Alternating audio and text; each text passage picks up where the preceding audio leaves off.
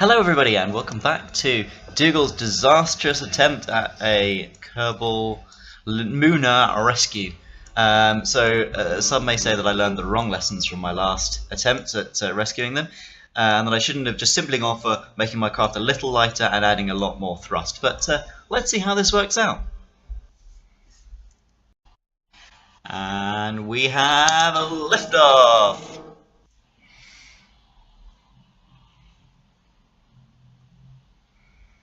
Once again, this craft is ludicrously expensive, even more expensive than the last one, mostly because I've added an extra 3 solid fuel rocket engines.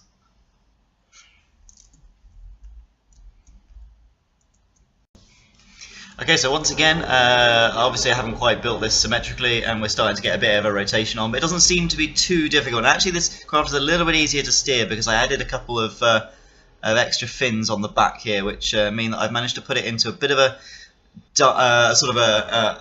diagonal path across the side, which is will help us once we're in orbit, so long as the whole thing doesn't pull itself apart, as it appears to be doing at the moment.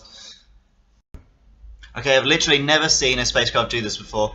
I used a different type of decoupler to try and hold together those big old engines on the outside, and it looks like they are not as structurally sound as the ones I usually use, which is why I'm a little bit worried about what's going to happen to my spacecraft right now.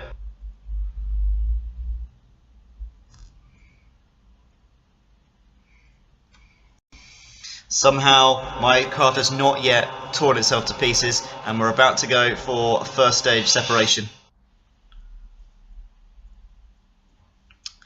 Oh crap.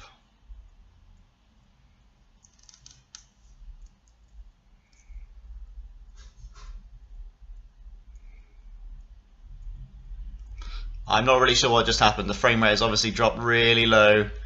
Okay, so the emerging story right now is that my spacecraft has torn itself apart right before I was about to drop the main engines.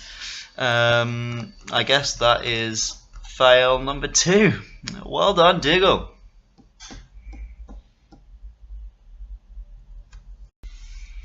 And as you see, we have a whole bunch of different bits of the spaceship now just floating around. Okay, no, it does appear that my Kerbal has survived. That is impressive.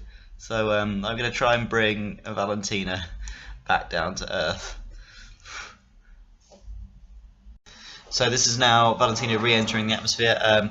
The problem here is that we are on an extremely steep descent course, so I'm not sure I'm going to be able to open the parachute safely before we hit the ground. Let's everyone cross our fingers now. Okay, 3,000 meters up. We're gonna be really, really tight.